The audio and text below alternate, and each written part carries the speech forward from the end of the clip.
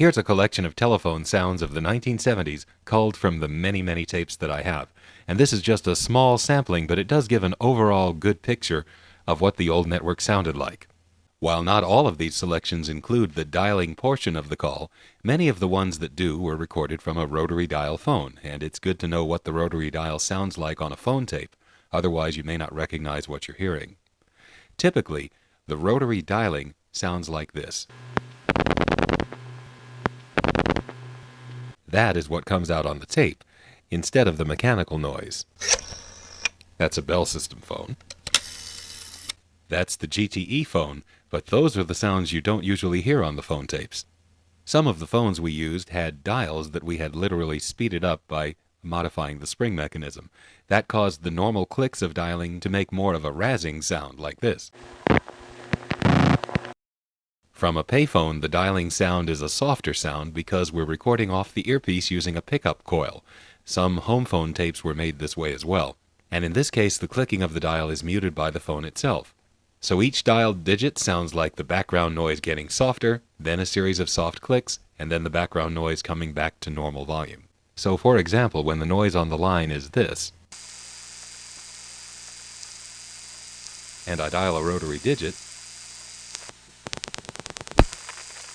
you could hear how the noise got quieter, and then there was a string of clicks and it came back. I'll do it again. Rotary dialing sounds like that on most tapes recorded off the earpiece. Sometimes the equipment in the central office responds immediately at the end of a rotary dial digit by making a click, tone, or both, like this.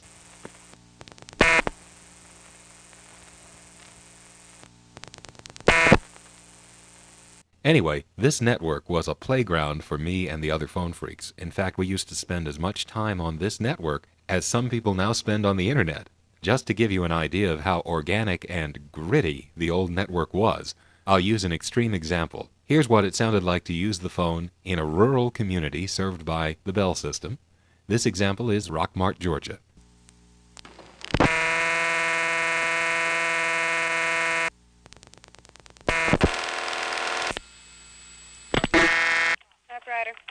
The loud buzz when the operator answers is the dial tone sound, but in this case it's being used to tell the operator that I'm calling from a coin phone. Now when she pulls her cord out, you hear a burst of the famous 2600 Hertz tone, since this is a circuit that operates that way, and then the trunk goes back to ringing. Bye-bye.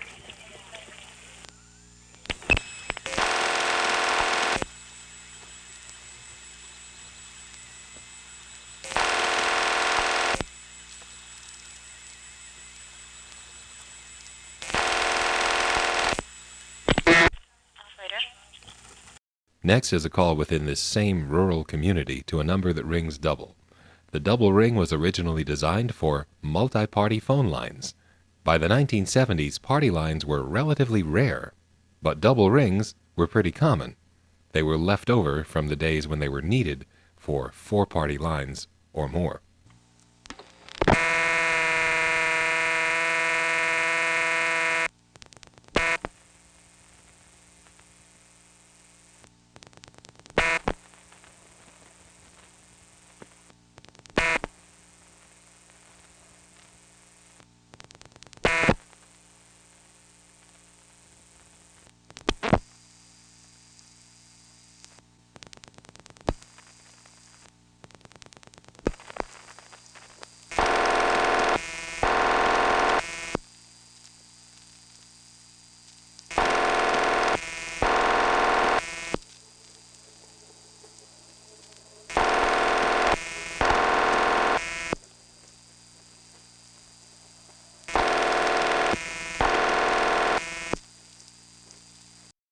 Another raucous ringtone was found in New York City in the 1970s, though by then it was quite rare. Ben and I believe that the earliest automatic exchanges in New York, that is, exchanges where the phones had dials on them, rang like this in the 1920s and 30s.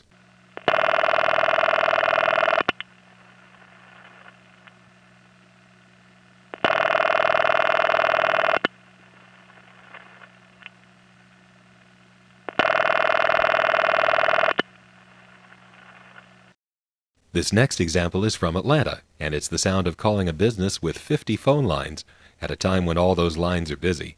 After the last digit of the number is dialed, you can hear a purring noise, which is the sound of a special connector switch searching over all 50 lines, only at the end to find out there's nothing to do but give the caller a busy signal.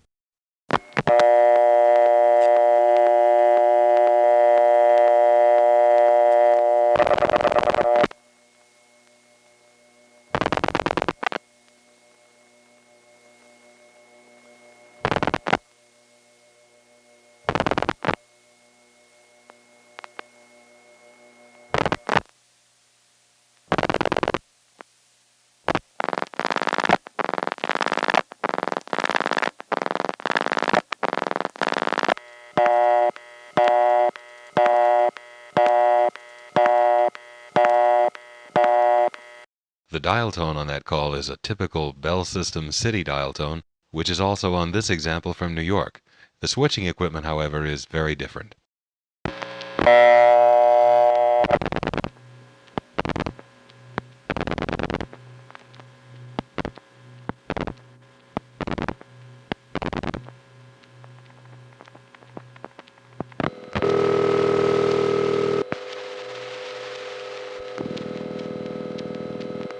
At the tone, standard time will be 3, 5.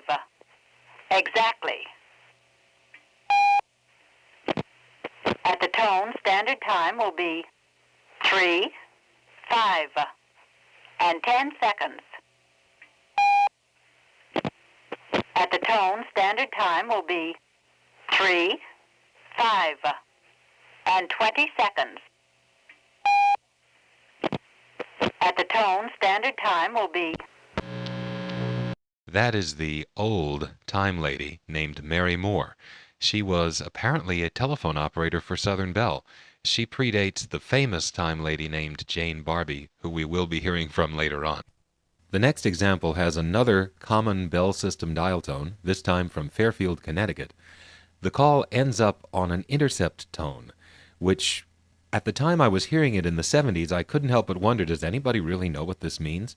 This tone was used extensively in certain places, but not others. New Jersey had a lot of it, while New York City didn't have any. Another point about this upcoming call is if you listen to the noise in between the digits I dial, and I dial 3 digits pretty slowly, the background noise changes every time I dial a digit, and that has to do with the type of switching equipment that this is, a type of equipment called step-by-step, and you can actually tell that something is happening after I dial each digit. There's a definite change.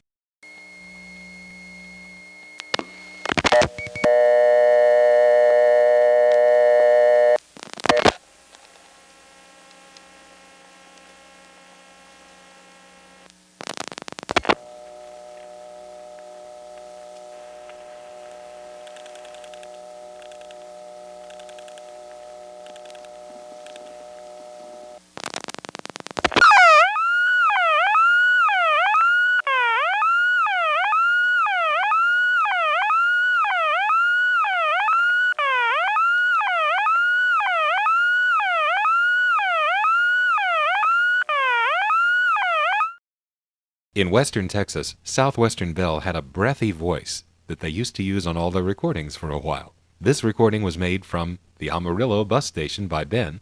He stopped there on a trip back from California one day in 1975, and at that time, long-distance dialing of any sort from payphones was still not permitted. You just had to pick up the phone and dial 0. So here's what happened when he dialed 1 from a downtown Amarillo payphone.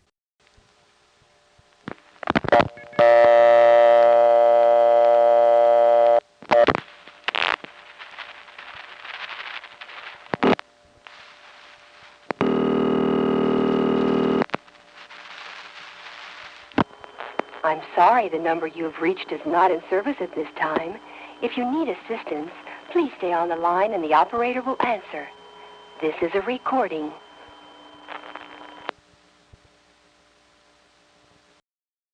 Multi-frequency tones were used in the old network extensively, but you didn't always hear them. This is one of several examples where you do, on this call going through from Brooklyn to Manhattan. The multi-frequency tones are followed by revertive pulsing, another inter-office signaling method, and the call ends up on a phone company test line, which rings and then effectively picks up and hangs up the phone repeatedly to test equipment.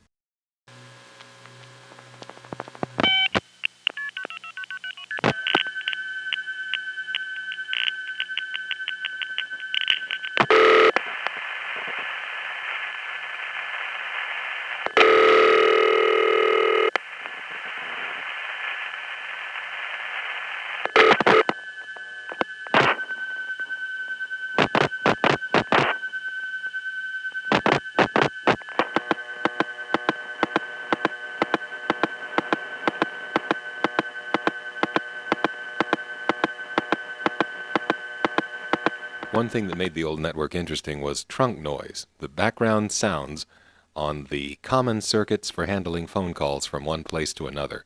That last call featured a very good example of wire trunk noise.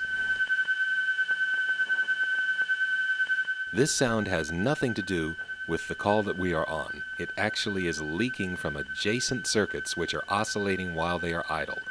It's a byproduct of the way the plain wire cable pair trunks worked, which had repeaters which tended to go into oscillation while the circuits were not in use.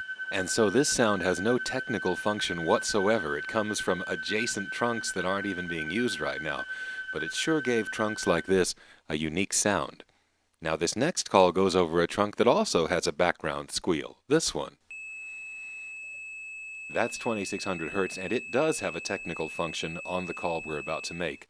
This particular call is the sound of calling into a northern city like New York from a suburb to a number that is disconnected.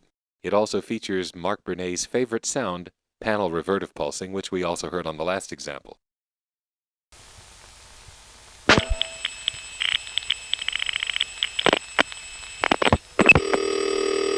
The number you have reached is not in service. In area code 212, please check the number and dial again. The number you have reached is not in service. In area code 212. What follows is a crystal clear recording of a long-distance call. It features multi-frequency pulsing again, and these tones, by the way, of course, are different from the touch tone phone tones. It's a different set of frequencies. The call ends up on a phone company test line that again effectively picks up and hangs up the phone to test circuits. One sound that's predominant in this upcoming call is... This is the tone that was used for dial tone and busy signal, and the test line has it, and then it also is put on by another piece of equipment which I won't describe here, called a tone applier. In any event, notice the ballsy dynamics on this call. I mean, the old network had some heavy bass and some pretty good dynamic range. It's the sort of thing you would want to listen to on a good stereo system. Yes, I'm serious.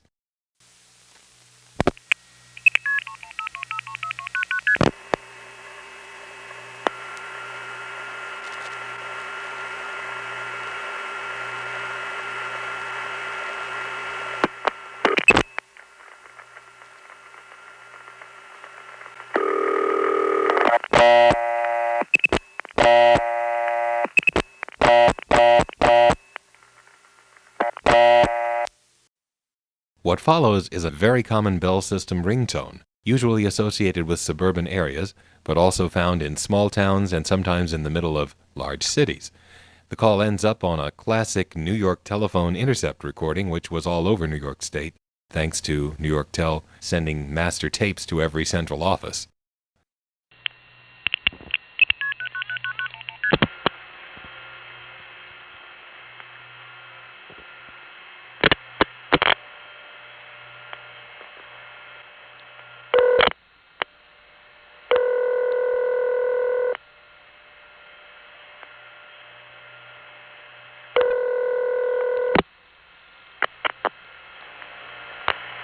Sorry, the number you have reached is not in service or temporarily disconnected. The number you have reached is not in service at this time. This is a recording.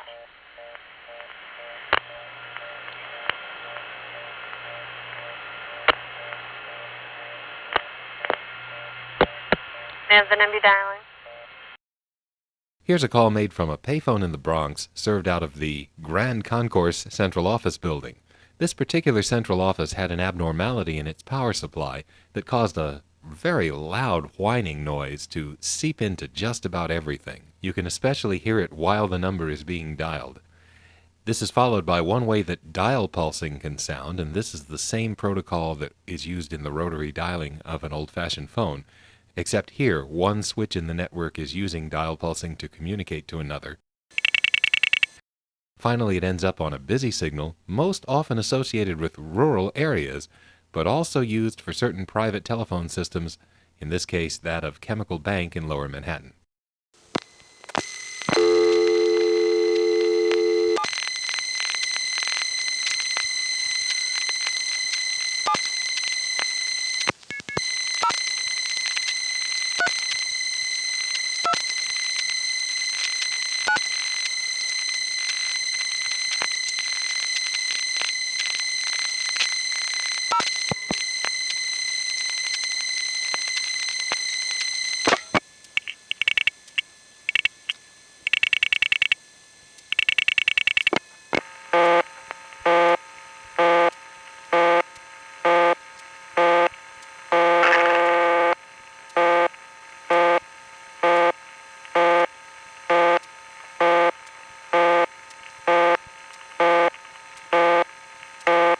you could hear the interrupter getting stuck there.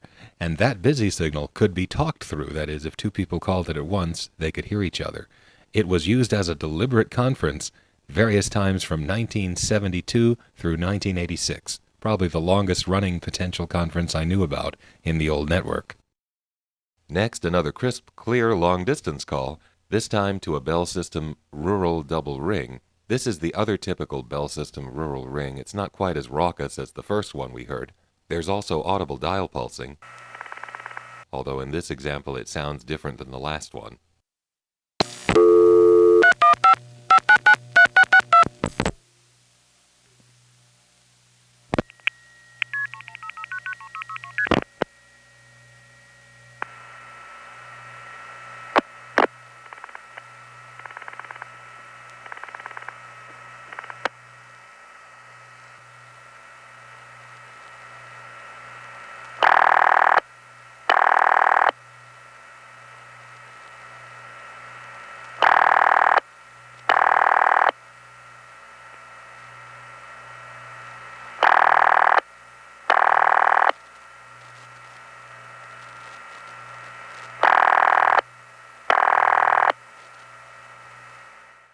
Another Bell System ring, similar to that last one but softer, was installed during the late 40s and early 50s in suburban areas. Here's an example of it, and I only have the single ring version of it on tape.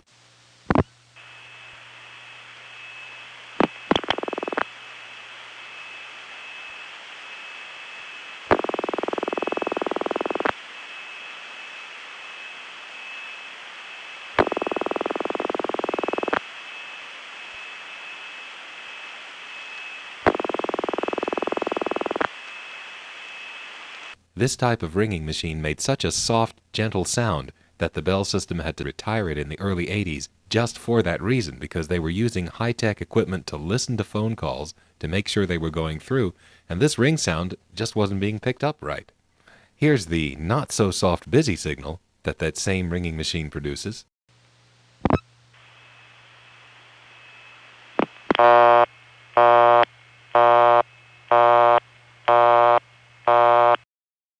One more Bell System busy signal deserves mention before we go on. The best description of this one I ever heard came from a 10-year-old girl named Joanna who said, "It sounds like an Englishman saying burp over and over."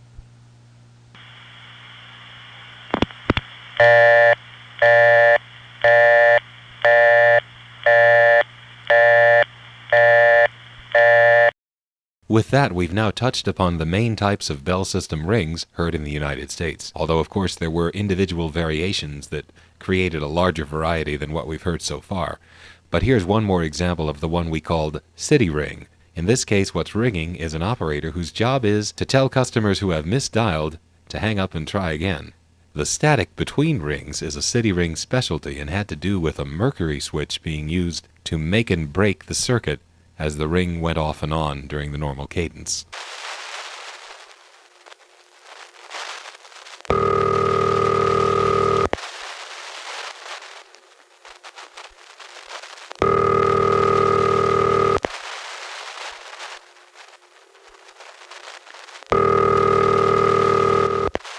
Darling, I'm incorrectly. Hang up and try again.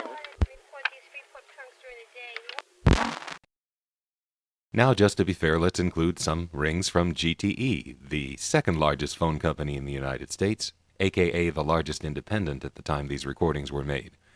This next clip includes dialing the whole number, and you'll notice that in between the digits I'm dialing, you hear these dial pulses in the background, which is fairly typical of what you'd hear in GTE areas.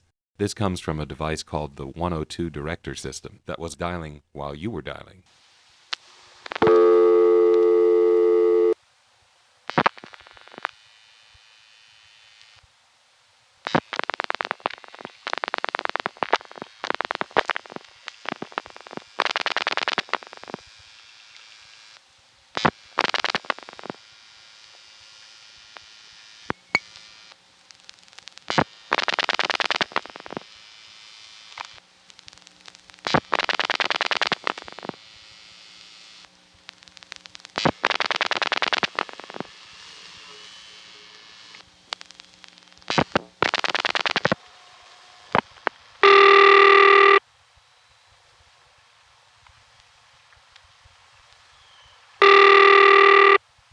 That's the same pitch as the Bell System City ring,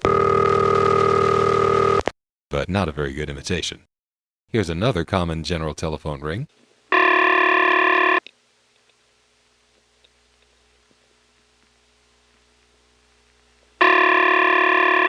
Then there's this one.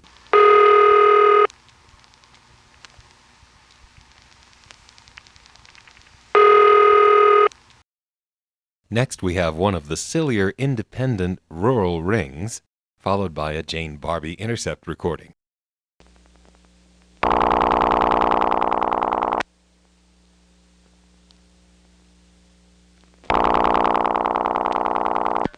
I'm sorry, the number you have reached is not in service at this time. If you need assistance, please hang up and dial your operator. This is a recording. 404-654. There was quite a variety of independent rings, and I won't cover them all here, but one more. This call was made from an old-fashioned 3-slot payphone in Monroe, North Carolina. Though there's a new dial tone here, that's the only thing new about this telephone equipment. You can hear the sound of dimes going into the phone here. Each dime makes a double ding of an actual mechanical bell in the phone itself.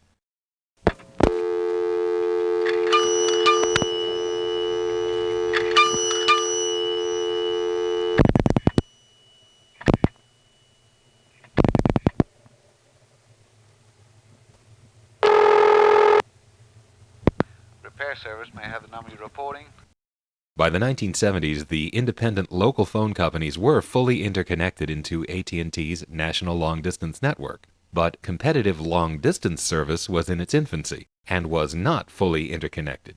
In fact, the only way AT&T's long-distance competitors could connect was through regular local phone lines, which put them at a very definite technical disadvantage. Here's what it was like to use the Sprint network in the 1970s. First, you had to pick up your phone and dial a local access number, wait for a special dial tone, then dial your access code and the number you wanted to call. When the call went through, it went out on another regular local telephone line at the distant end.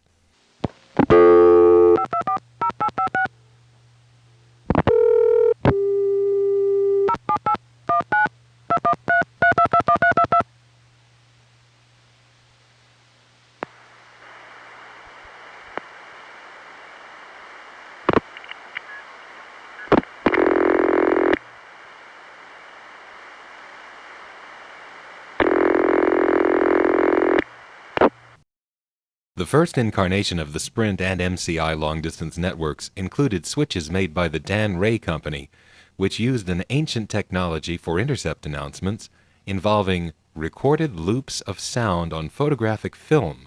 This technology predates the magnetic drum recordings that were more popular for piecing together announcements in the 70s, and of course is well in advance of anything digital. Your call cannot be completed. You have dialed an unauthorized location.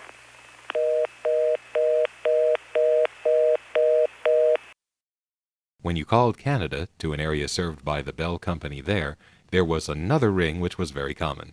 Here's a long-distance call over AT&T's regular network coming into Montreal, which features this ring.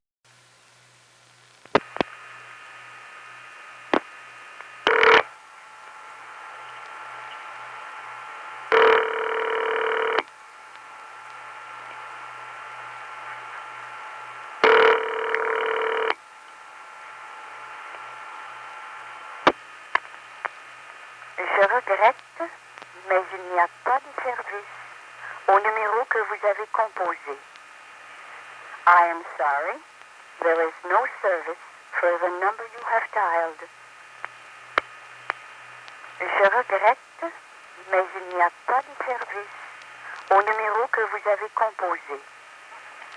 I am sorry, there is no service for the number you have dialed.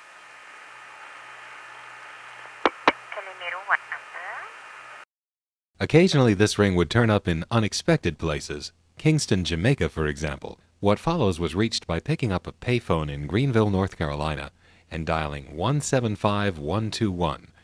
I won't explain here why this worked, but you could directly call Kingston, Jamaica's main incoming operator, and if you paid 20 cents, you could actually talk to her.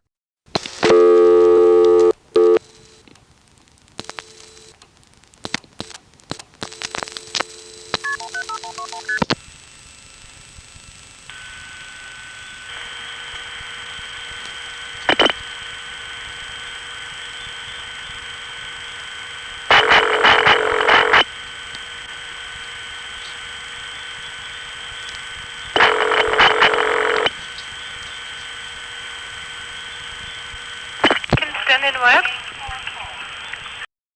Here's another call to Kingston from a Greenville payphone that's not supposed to be able to dial long distance at all, by the way.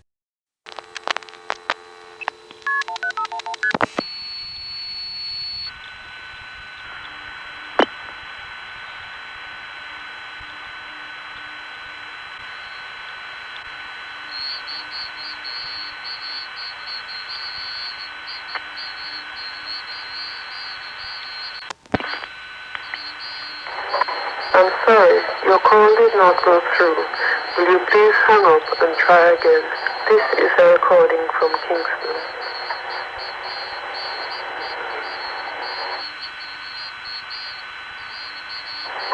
I'm sorry, your call did not go through. Will you please hang up and try again? This is a recording from Kingston. This is a typical sound of a long-haul call. You can hear the background noise getting louder when a call like this goes through, as follows.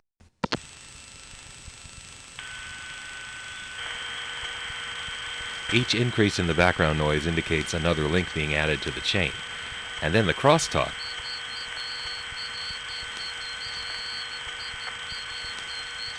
Sounds very much like something on shortwave radio, where an adjacent channel 5 kilohertz away is splattering onto what you're trying to listen to. This is a very similar phenomenon because even though some of these trunks went over cables, each talk channel had its own frequency and they would splatter from one to another in that same way, although I think they were less than 5 kilohertz apart.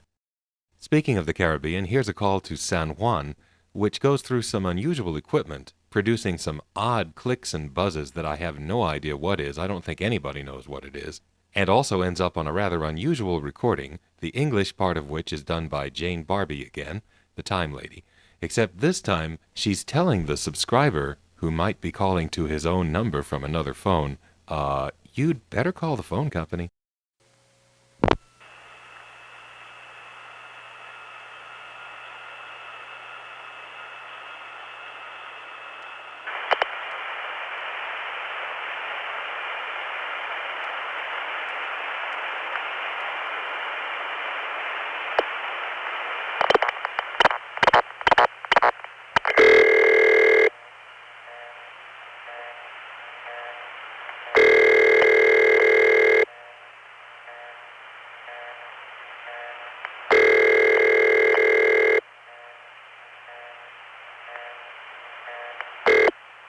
Este es un anuncio grabado. Usted ha obtenido un número que ha sido temporalmente desconectado.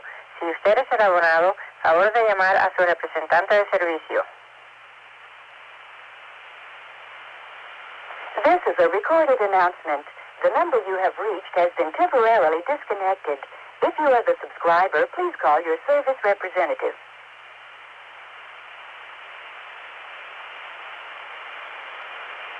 That call also included the best independent imitation of the Bell System City Ring that any of us have ever heard. We think it's made by ITT, and it does sound very much like the high-pitched variety of the Bell System City Ring. Here's the Bell Ring followed by the San Juan Ring.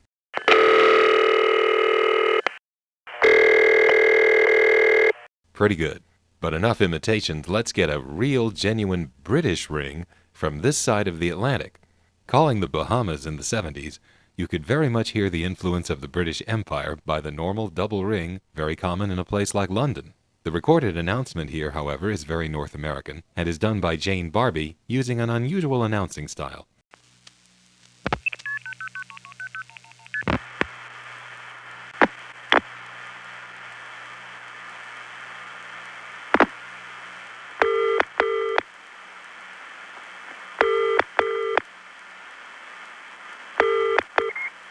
I'm sorry, your call cannot be completed as dialed. Please hang up and check the number and dial again or ask information operator for assistance. This is a recording.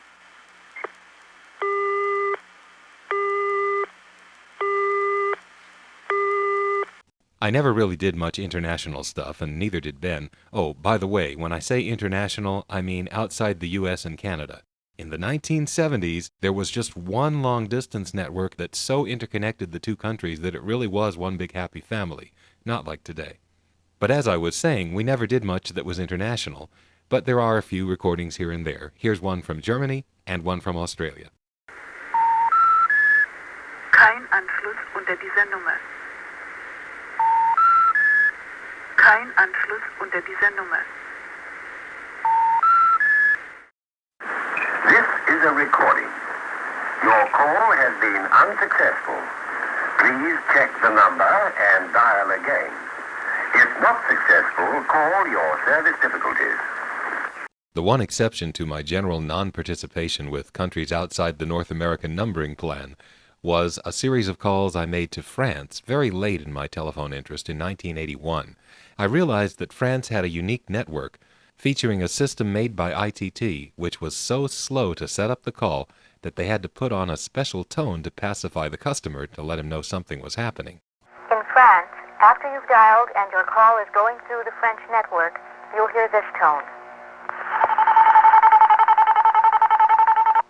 Knowing this was going, I made a bunch of calls to France to rings, busies, and intercepts. Here are a couple of examples.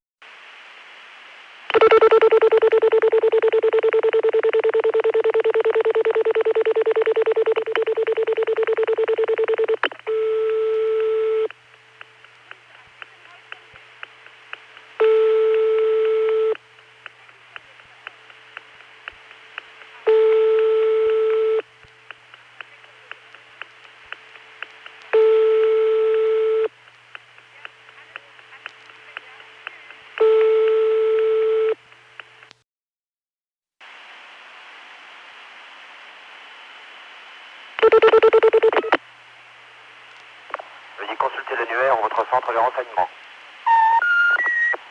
Ici par le Duc, l'appel que nous avons enregistré ne correspond pas à un abonné existant. Veuillez consulter l'annuaire ou votre centre de renseignement. Ici par le Duc, l'appel que nous avons enregistré ne correspond pas à un abonné existant. Veuillez consulter l'annuaire ou votre centre de renseignement. The main switching center in Amsterdam had a very accommodating recording. It uses the exact text of the Bell system in the English part, except it says ask our operator for assistance. So sit back and enjoy the main incoming Dutch intercept recording, circa 1971.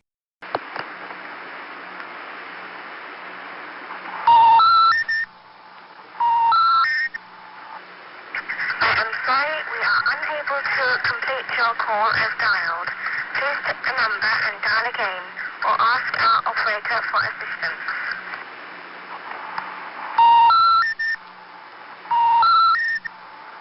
Il n'y a pas d'abonné au numéro que vous avez demandé. Veuillez consulter l'annuaire ou le centre de renseignement à Amsterdam.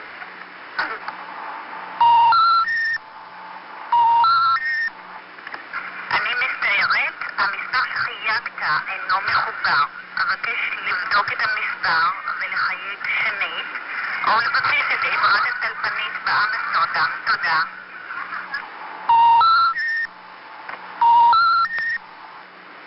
Ons is jammer, maar die nummer wat u geskakeld het is nie aangesluit nie. Raadpleeg asseblief u telefoongids en skakel weer of vra die Amsterdam operateur om u te help.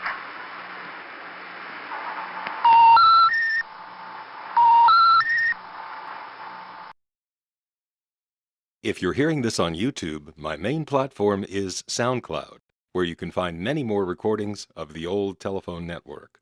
Go to soundcloud.com/Evan-Doorbell. That's soundcloud.com/Evan-Doorbell.